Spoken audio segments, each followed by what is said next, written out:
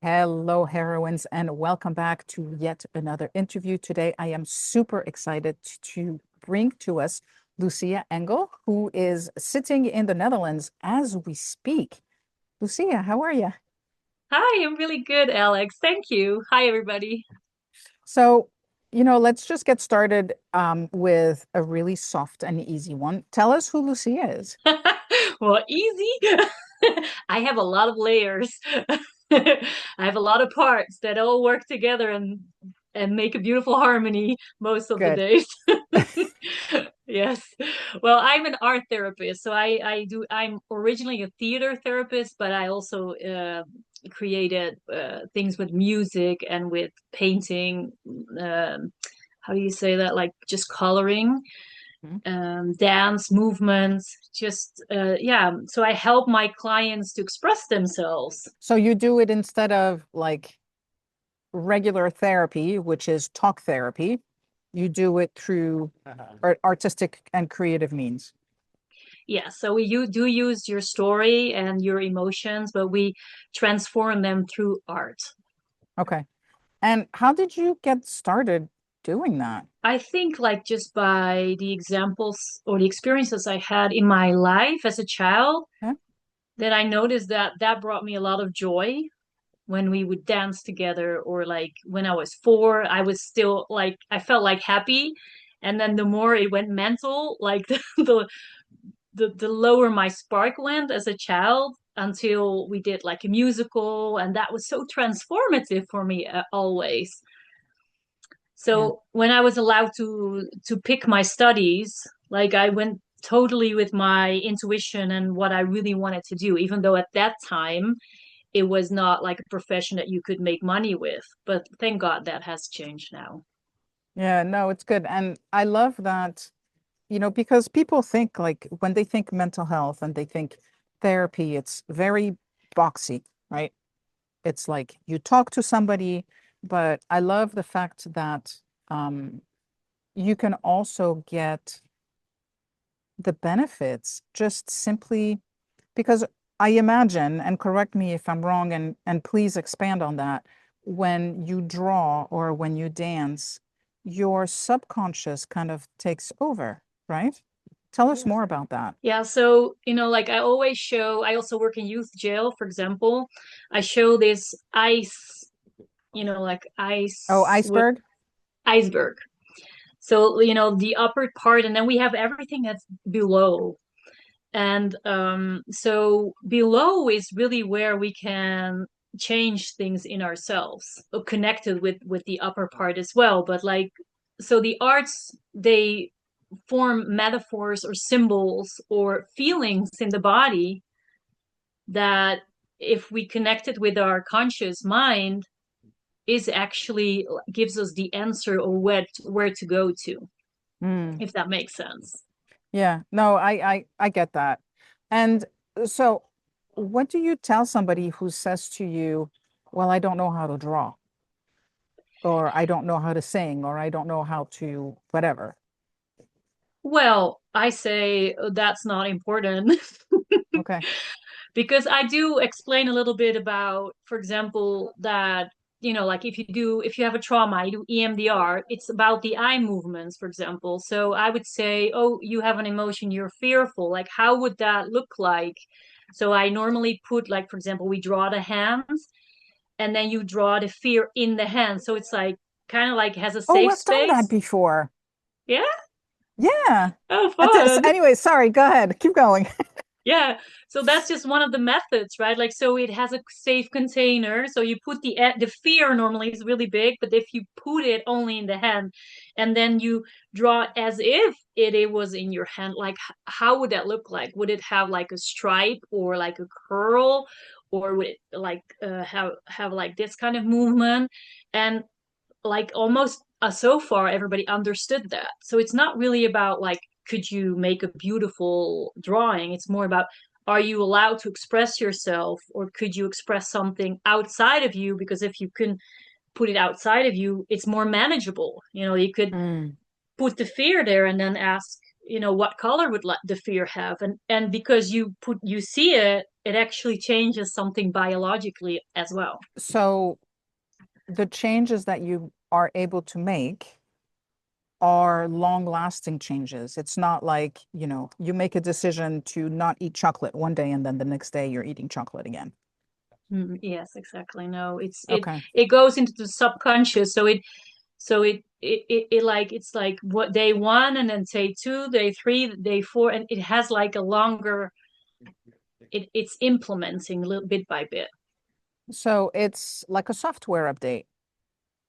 Yeah, you could say that. Okay.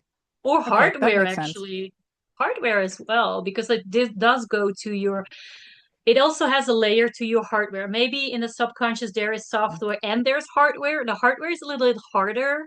You have to be more courageous, you have to have already a little experience in it. But with the right guidance, they also could change their hardware. So tell me more about the hardware part because I totally get the software piece.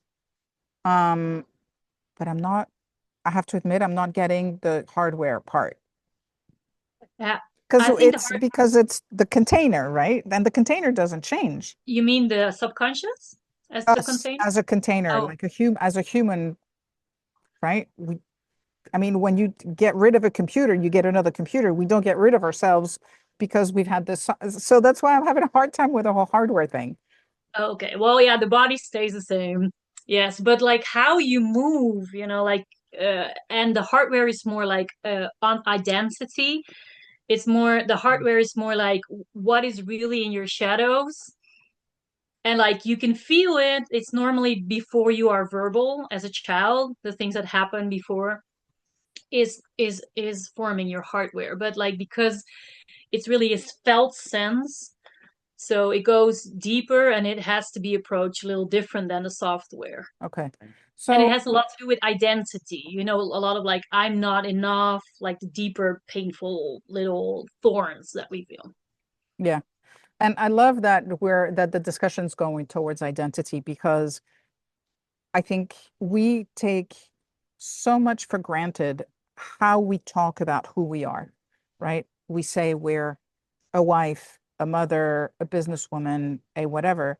And I don't think we realize how much of an impact those words have in forming our identity. I know there's a like way more identity creation that happens as we're younger. And I guess you could talk about identity as a label. For some of the women that I talk to, when the wife label goes away, then they're like, now what do I do? Right?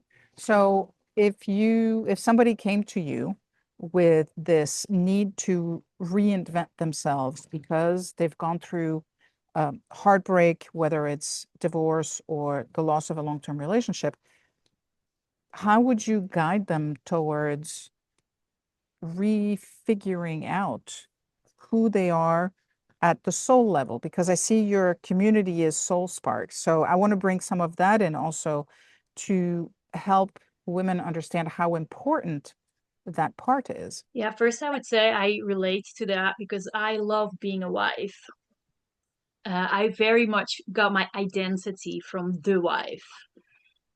And there was so much attached to it, like Mm. to be the wife. So on a soul level, it's more like, so how do you relate? What's your relationship to that role, right? Like for me, it was I'm worth something. So it has a lot to do Mm. with worth, even though me as Lucia, I'm a woman and my soul is, it's the same as my cat.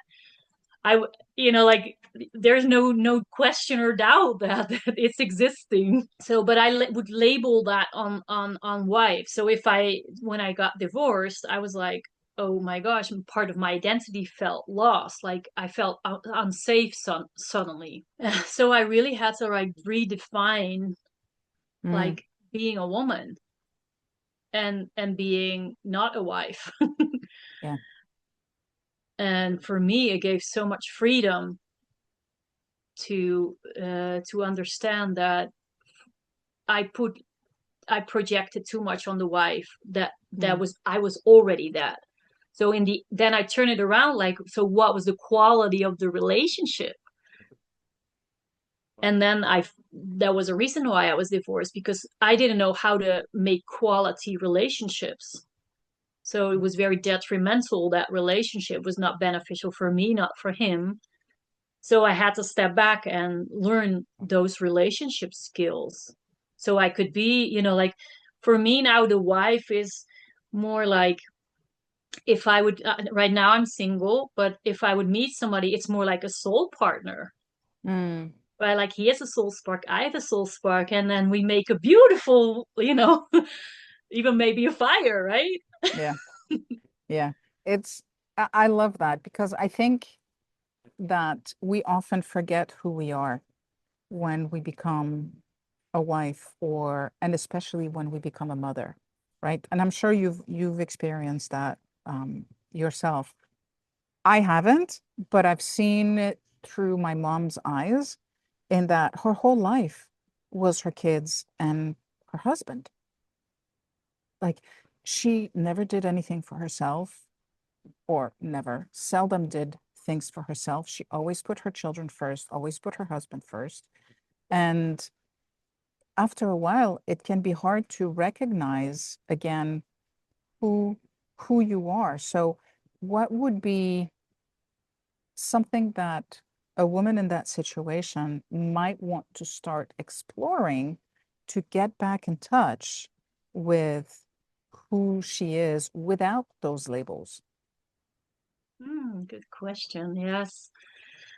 Well, I what I've noticed in my journey is that, like, my daughter resonates best, and I'm very grateful that my daughter has autism, but also she's highly sensitive. So I noticed that as soon as I changed something in me, automatically it changed in her. So if I would improve my self-talk and I was downstairs and I had like a release, like a transformation, she would come down the stairs and say, I think I should like improve my self-talk, mom.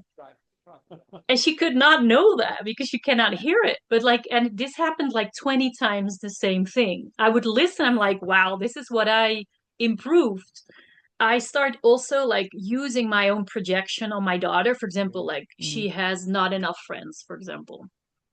Then I would look at where can I improve my friendship? What does friendship mean for me? So I would work on myself and I would use that. And but sometimes also I had to then, like overcome like, oh, I limiting beliefs, like I leave her alone or something, right? mm, Because if I would spend time with my friendships, which probably your mom also would have, like then I'm not present for my daughter, which each belief I would question, is it true that I'm not present for my daughter? Or am I maybe more present because like I'm lifted my energy when I come home, and then how much time do I have to spend with her? So all this, yeah, so that's what I noticed. Like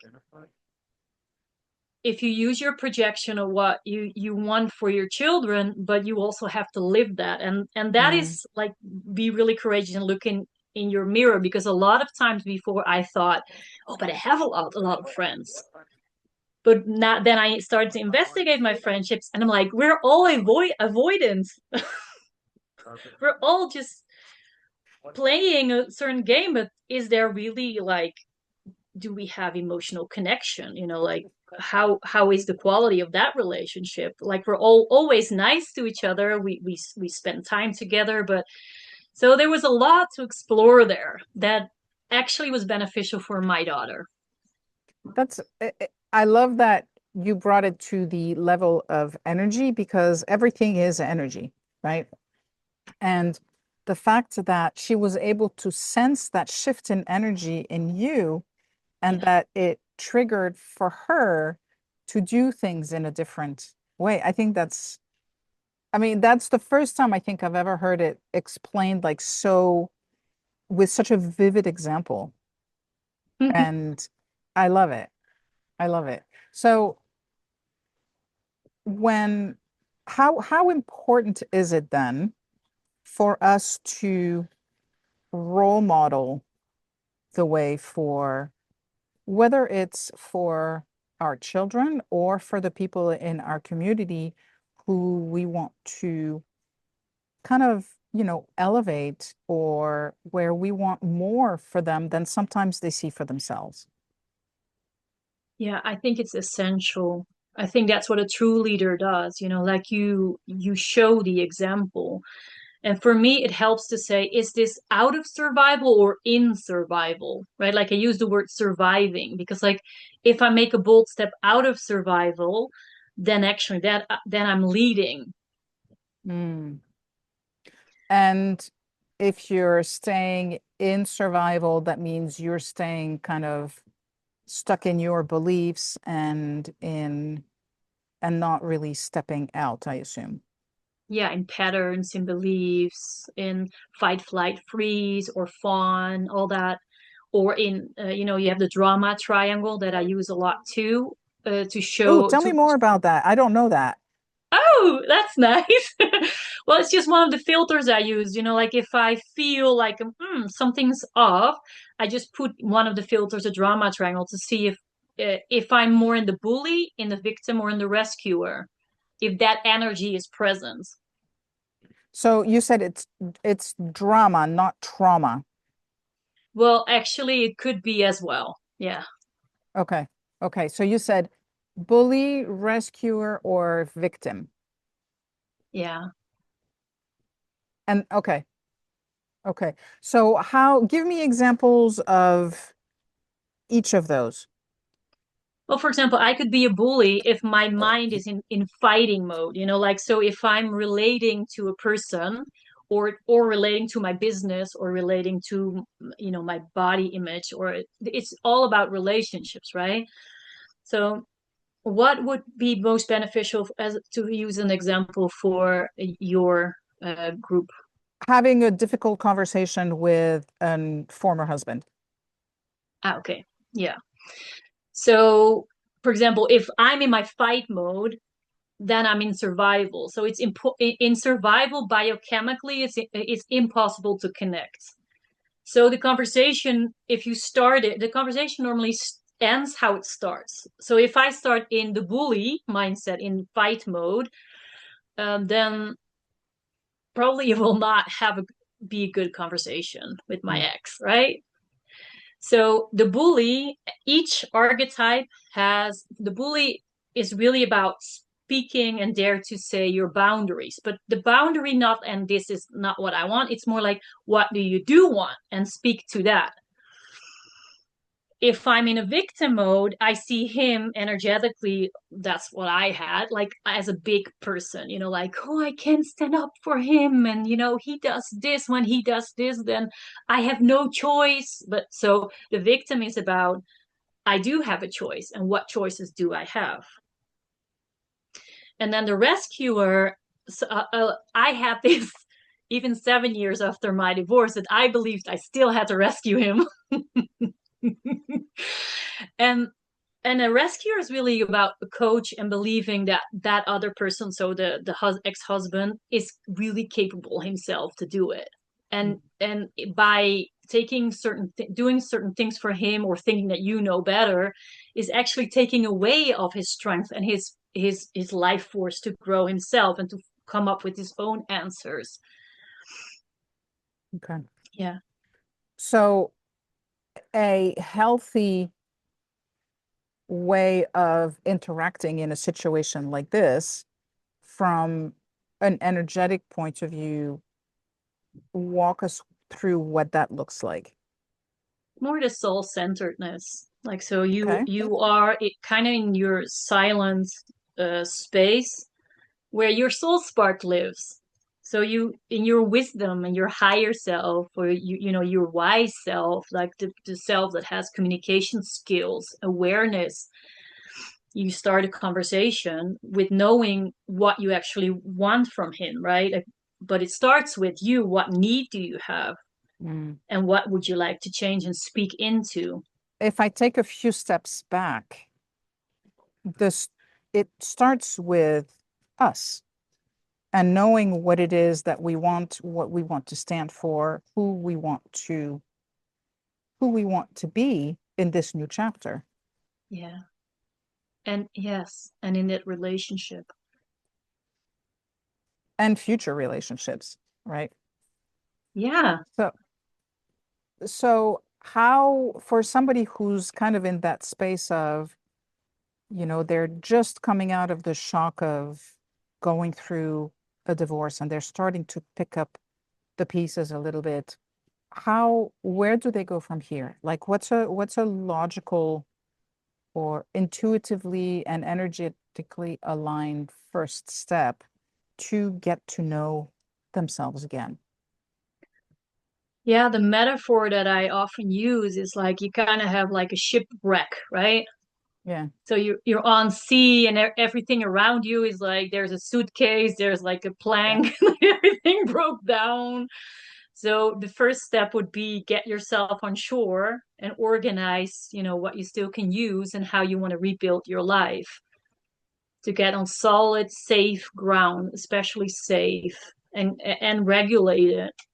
Learn about your emotions, build emotional resiliency. So because sometimes you have to go back to talk to him so you don't feel again like all wobbly and blown in a million pieces again.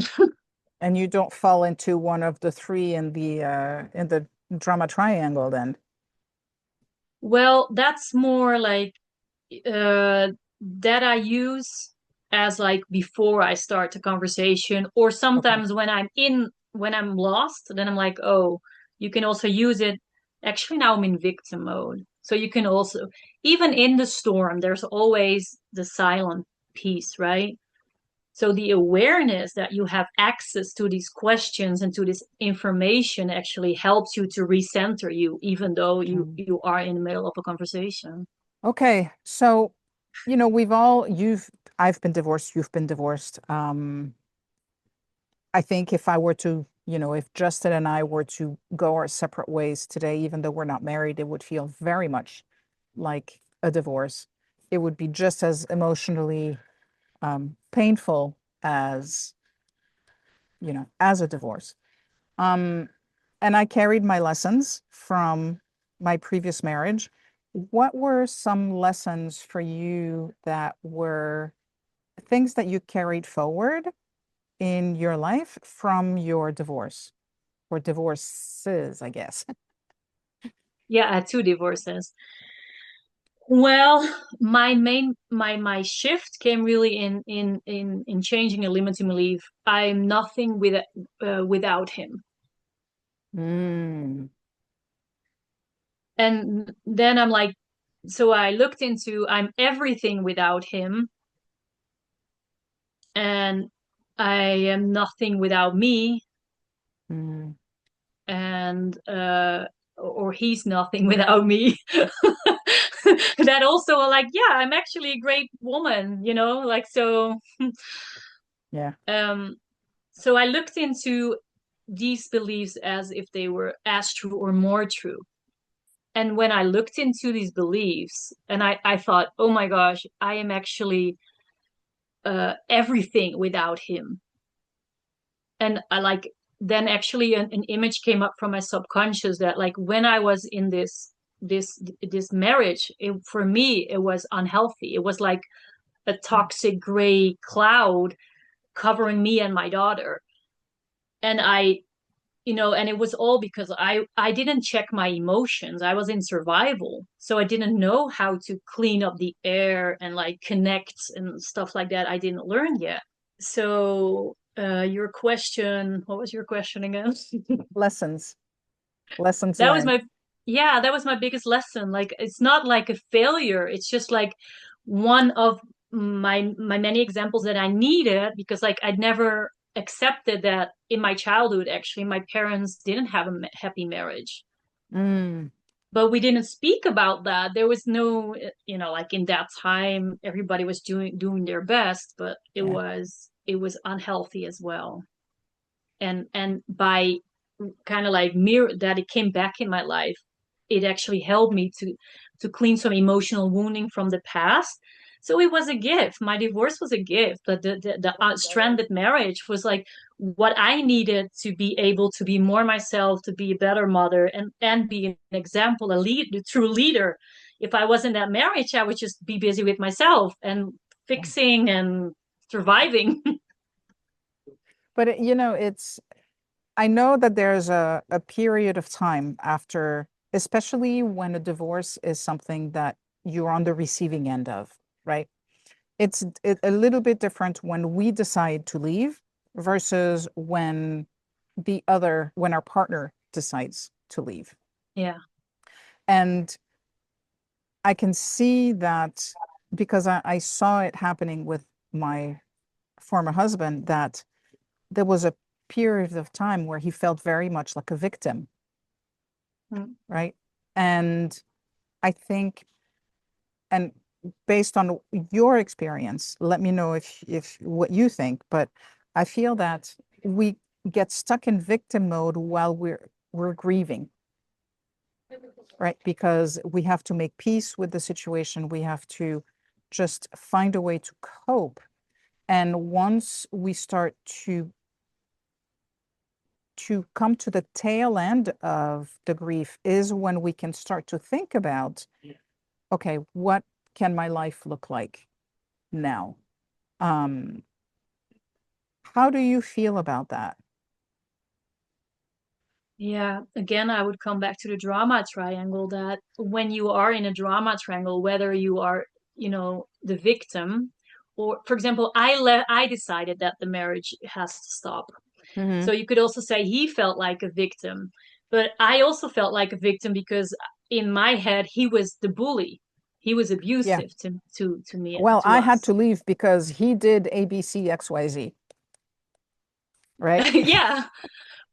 Well, but that doesn't need to be like still how you say it now. It's not necessarily that you were a victim. It's just like that was just what was necessary. Yeah.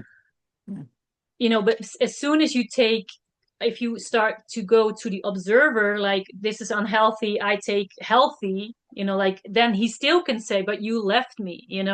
Hmm. But that's not yours to, he can deal with his own emotions and his own thoughts and his own process in that.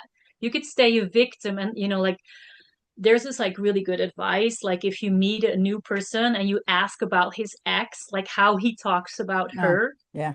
actually reveals a lot about like how he stands in life. So I try to not talk about my ex as a bad person because he's not. Like so I just he was a big lesson in my life and Yeah. I loved him and we had a lot of drama and it's ending and it ended. Yeah. And I agree with that a lot because oh, I forgot what I was going to say. I was going to say something because of what you said about yeah, what I was going to say was I know he loved me as much and in the best way that he could. Yeah. And that was it. And it was just not for me, not enough. And that's okay, Yeah. Yeah. right? It's not how you needed to be loved. Yeah. Yeah, exactly. So anything that we haven't talked about yet that you think is important for our heroines to know? Well, I'm curious if they have any questions, if something resonated with them. I love conversations and I'm really curious where they are at. Mm. Yeah, And yeah, I'm like I'm just really gonna curious. go. I will go and look more in your group as well, what conversations you Yeah, have. And I hope we can support each other, like as women to empower and to learn from our lessons and not to think, oh my gosh, I did something wrong and that was devastating. I hope they can make it just a life lessons like we have many life lessons. hmm, yeah.